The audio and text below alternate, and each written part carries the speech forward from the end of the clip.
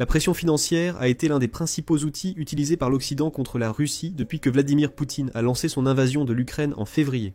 En 2022, des sanctions sur sanctions ont été mises en place.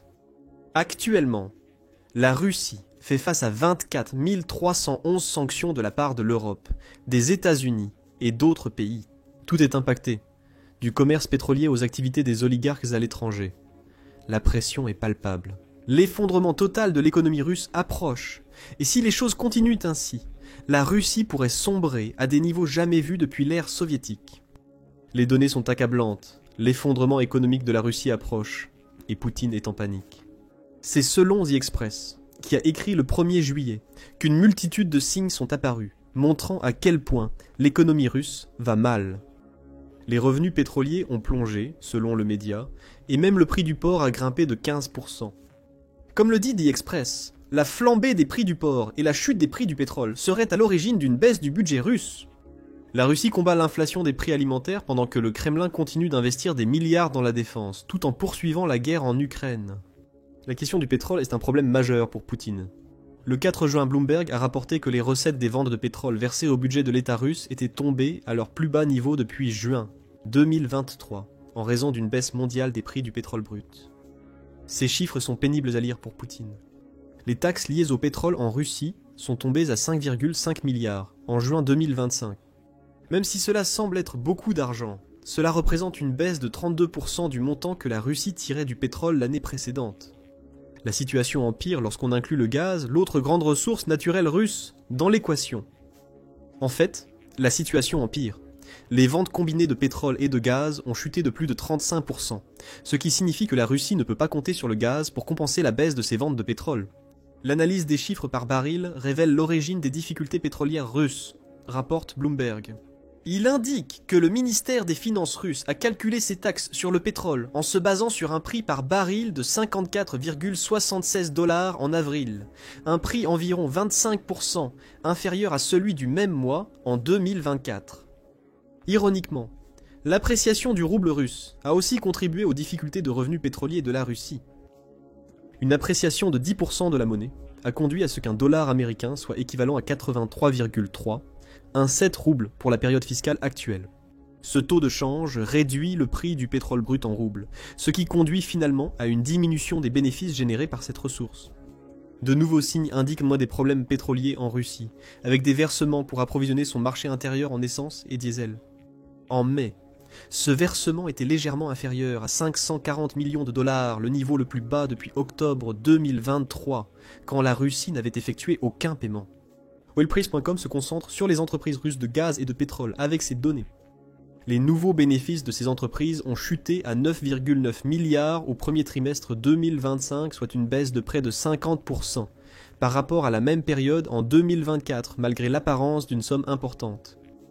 Au premier trimestre 2024, ces entreprises ont réalisé 18 milliards de bénéfices nets. Ce n'est pas un problème lié au volume, selon le média.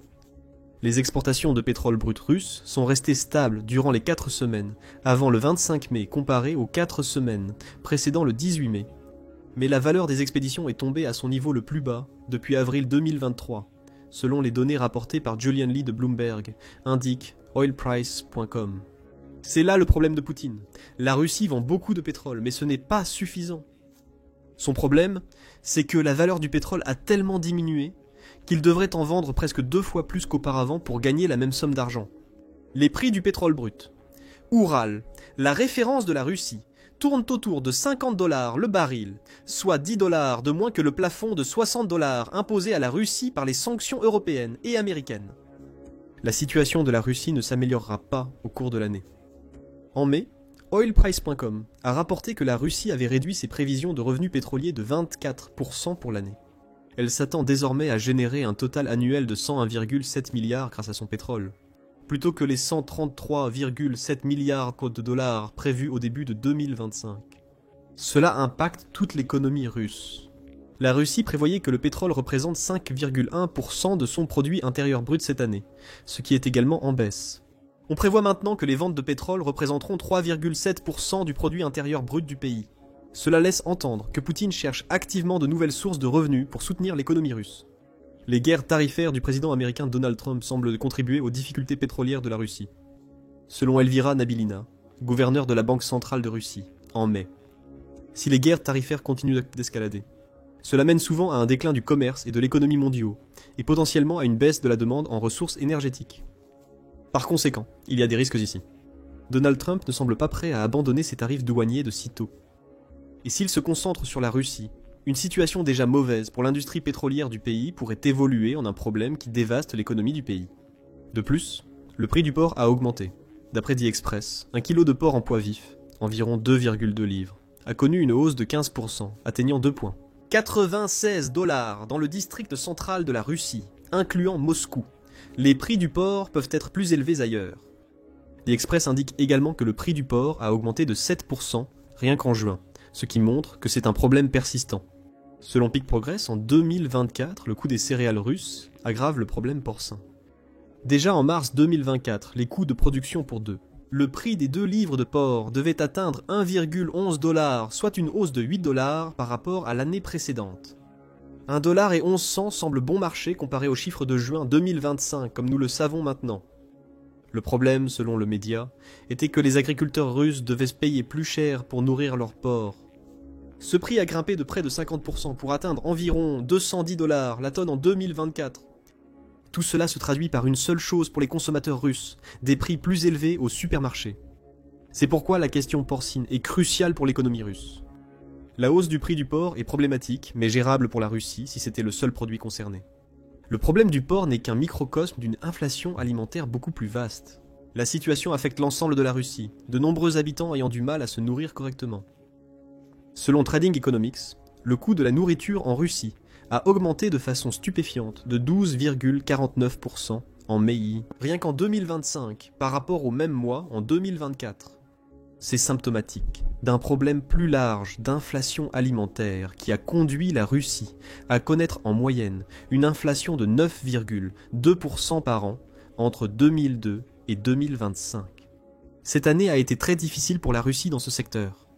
De janvier à avril, l'inflation alimentaire a connu une hausse mensuelle. Elle était de 11,13% en janvier, suivie de 11,68% en février, 12,42% en mars et 12,66% en avril. Ironiquement, les 12,49% observés en mai représentent la première baisse depuis octobre. Cependant, la baisse en 2024 est tellement minime qu'elle n'a quasiment aucun impact positif sur les prix alimentaires en Russie. Statista fournit également des informations dans un graphique montrant à quel point le prix des aliments individuels a changé en Russie entre la fin décembre 2024 et le 3 février 2025. En un mois, les Russes ont payé 11,05% de plus pour un concombre frais en moyenne. Ils ont payé 9,22% de plus pour l'agneau, 5,65% de plus pour les oignons et 5,54% de plus pour les pommes. Même les produits russes typiques, comme la vodka et les pommes de terre, ont été touchés. Leurs prix ont augmenté de 6,76% et 3,6% respectivement. Le problème présenté ici est généralisé et affecte les Russes quotidiennement, avec le porc comme exemple spécifique. Presque tout ce qu'un Russe pourrait vouloir manger coûte maintenant beaucoup plus cher qu'en 2024, et dans certains cas, bien plus cher qu'il y a seulement quelques mois. Ces problèmes d'inflation alimentaire s'ajoutent quant à une situation financière déjà périlleuse pour les Russes ordinaires, qui peinent déjà avec des taux d'intérêt de 20%, rendant plus difficile l'obtention de prêts. Et l'inflation globale, qui est restée au-dessus de 9%, et a dépassé les 10% pendant plusieurs mois depuis décembre 2024. En conclusion, l'invasion de l'Ukraine par Poutine a engendré de grandes souffrances pour le peuple ukrainien et l'économie russe, et la Russie en est consciente. Selon l'Express, les problèmes sont si sérieux que le Kremlin a dû revoir le budget fédéral russe de l'année. En raison de la chute des revenus annuels attendus, le budget pour 2025, initialement fixé à environ 509 milliards de dollars, a été revu à la baisse. Il a été révisé à 486 milliards, une baisse de 4 à 5%, par rapport aux prévisions initiales.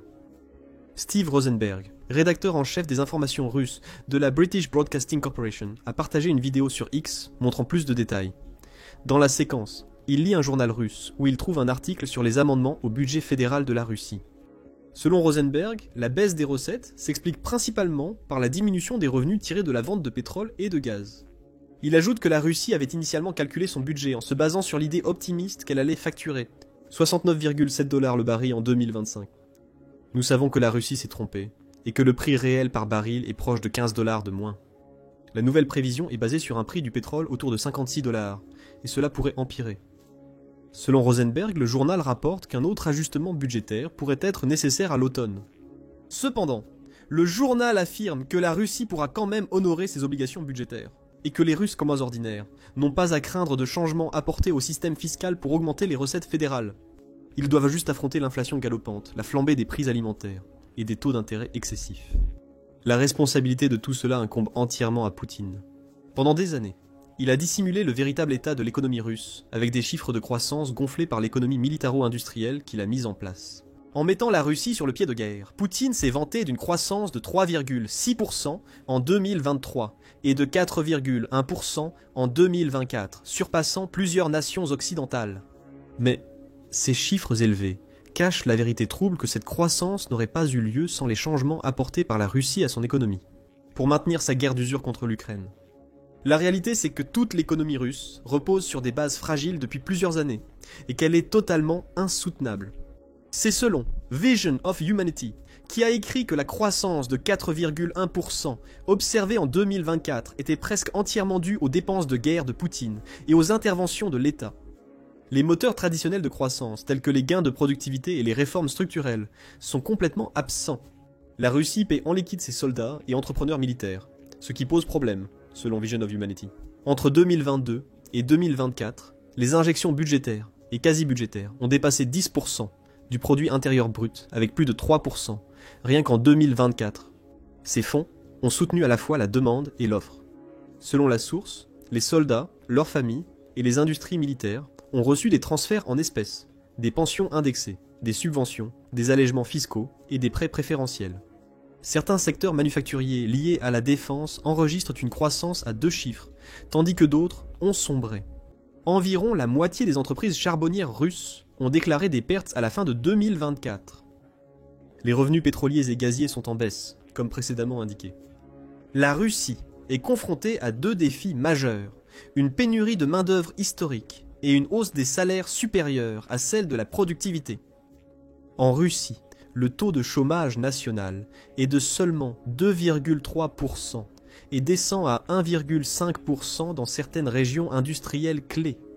Ce qui montre tout simplement qu'il n'y a pas assez de personnes pour pourvoir les emplois proposés dans le pays. En Russie, les salaires réels ont connu une hausse de 4,6% en avril sur un an. Sur les 4 premiers mois de 2025, les salaires réels ont augmenté de 4,8%. Ces hausses surviennent alors que la productivité russe s'effondre. Selon Medusa, la production économique civile du pays a baissé de 0,8% au dernier trimestre, tandis que les salaires ont augmenté de 4,8%. En mars 2025, la productivité a chuté de 1,1%. Tous ces problèmes sont des symptômes de l'économie de guerre que Poutine a créée. Les usines militaires embauchent massivement, créant une pénurie de main-d'œuvre pour les entreprises civiles qui peinent à recruter des talents. Les salaires augmentent, mais l'inflation réduit ses hausses, et la productivité de la Russie s'est effondrée. La Russie ne produit pas suffisamment de biens exportables, ce qui explique sa forte dépendance au pétrole et au gaz durant la guerre en Ukraine. Avec les revenus de ces secteurs qui diminuent également, la Russie se trouve désormais au bord de l'effondrement économique. Cela pourrait ruiner le pays et le replonger dans les pires moments de l'ère soviétique. Les chiffres sont inquiétants, ce qui signifie que Poutine devra affronter de multiples défis. À mesure que nous avançons en 2025, puis en 2026 et au-delà, l'armée va être durement touchée. En fait, ce choc commence déjà à se faire sentir. Selon Euromaidan de Presse, fin février, la Russie dépensait environ 1 milliard par jour pour financer l'invasion de l'Ukraine. Kirill Boudanov, chef du renseignement militaire ukrainien, a souligné l'anormalité de la situation. C'est une guerre très coûteuse, a-t-il alors déclaré. Une journée de guerre leur coûte presque 1 milliard, une somme colossale. Selon Boudanov, les dépenses de Poutine ne seraient bientôt plus viables à long terme. Quelques mois plus tard, il a eu raison. Le 28 juin, Poutine a annoncé que la Russie réduirait ses dépenses de défense l'année prochaine et l'année suivante, sur la période des 3 prochaines années. Le dirigeant russe a annoncé, sans donner de détails, que le pays est proche de la récession, selon de multiples avertissements d'experts économiques russes. C'est quelque chose que Poutine est déterminé à ne pas laisser arriver. Le 20 juin, il a dit la même chose aux participants du Forum économique international de Saint-Pétersbourg, déclarant « Cela ne doit en aucun cas être autorisé. Nous devons mener une politique budgétaire, fiscale et monétaire compétente et réfléchie. » Ces paroles sonnent creux venant d'un président dont l'invasion est la cause principale des problèmes qu'il prétend maintenant vouloir résoudre. Lors de la même conférence, Elvira Nabiljina a noté une croissance assez rapide depuis 2 ans. Des ressources de main-d'œuvre gratuites ont été utilisées. Mais nous devons comprendre que beaucoup de ces ressources ont réellement été épuisées. Nous devons réfléchir à un nouveau modèle de croissance. L'économie de guerre russe s'effondre. C'est pourquoi Poutine réduit les dépenses militaires du pays. Il a besoin de l'argent que ces coupes permettront d'économiser pour tenter de sortir la Russie du trou noir économique dans lequel la guerre en Ukraine l'a aspiré. C'est clairement un revers pour les ambitions militaires russes en 2025 et au-delà. C'est au milieu d'une offensive estivale en Ukraine que le Washington Post affirme être déjà embourbé dans des problèmes, notamment un manque d'équipement. Si la Russie dépense moins pour son armée, ces problèmes d'équipement ne seront pas résolus. Pour les soldats russes sur le terrain, cela signifie moins de chars, de véhicules blindés, de canons d'artillerie, de défense anti-aérienne et d'autres équipements sur lesquels ils comptent pour attaquer l'Ukraine et se défendre. En somme, plus de Russes périront en raison de l'économie du pays. Les perspectives économiques de la Russie s'assombrissent à long terme, conséquence directe de la guerre menée par Poutine. Selon le bulletin de la Banque de Finlande, la Russie a maintenant l'un des taux de croissance à long terme les plus bas au monde, avec seulement le Bélarus, son allié, ayant des prévisions inférieures. Selon les chiffres de la banque, entre 2028 et 2030, affirme la banque, la Russie va à peine dépasser 1% de croissance du produit intérieur brut pendant une période où l'Ukraine atteint plus de 4%. La banque souligne également les problèmes de productivité mentionnés plus tôt, notant que la Russie affiche depuis longtemps de mauvais résultats dans les comparaisons internationales de productivité. La production par heure travaillée, ajustée en parité de pouvoir d'achat en Russie, n'est encore qu'à environ la moitié de celle des États-Unis ou de la zone euro. Selon Rosta, la productivité du travail a baissé entre 2021 et 2023. Et la Russie n'est probablement pas en mesure de résoudre ces problèmes. Les changements que Poutine a apportés à l'économie russe, qui finance sa machine de guerre, sont durables et difficilement réversibles. Actuellement, la politique économique russe est dictée par les objectifs de Poutine en Ukraine. Rien ne changera tant que Poutine ne renoncera pas à son opération militaire spéciale. Les conditions de paix de Poutine ne semblent pas près d'aboutir car elles reviendraient à éradiquer l'Ukraine. Donc la guerre va continuer. Et chaque mois qui passe, les politiques de Poutine causeront de plus en plus de dégâts à une économie russe déjà au bord du gouffre. Pour aggraver les choses du point de vue russe, la pression des alliés européens de l'Ukraine continue de s'accumuler. Le 20 juin, Al Jazeera a rapporté que la Commission européenne a proposé un nouveau plan selon lequel l'Union européenne ou Union européenne éliminerait progressivement toutes ses importations de gaz russe d'ici fin 2027. Si un plan similaire est appliqué au pétrole russe, les baisses de revenus évoquées plus tôt ne seront que le début de problèmes bien plus graves à venir. Encore moins d'argent entrera en Russie, et cet argent ne reviendra pas à l'avenir. L'Union européenne devra trouver de nouveaux fournisseurs de gaz dans le cadre de ses futurs plans. Une fois ces fournisseurs en place, Poutine aura du mal à regagner ses anciens clients, quelle que soit l'issue du conflit ukrainien. Ce que nous avons ici est une débâcle qui se déroule. La Russie n'a pas encore touché le fond du gouffre. Encore une mauvaise nouvelle pour Poutine, alors que son pays ploie déjà sous le poids de ses ambitions expansionnistes. La situation va s'aggraver, l'effondrement est en marche. Reste à savoir combien de temps la Russie mettra avant de se retrouver en ruine financière. Et ce ne sont pas seulement les chiffres financiers qui jouent contre la Russie. De nombreux autres chiffres montrent que Poutine n'atteindra jamais ses buts en Ukraine. Y compris des chiffres liés au territoire, aux pertes russes, et même à l'âge du président. Découvrez-en plus dans notre vidéo qui présente les chiffres, révélant que Poutine ne pourra jamais gagner en Ukraine. N'oubliez pas de vous abonner à The Military Show pour plus d'informations sur la crise créée par Poutine pour son pays.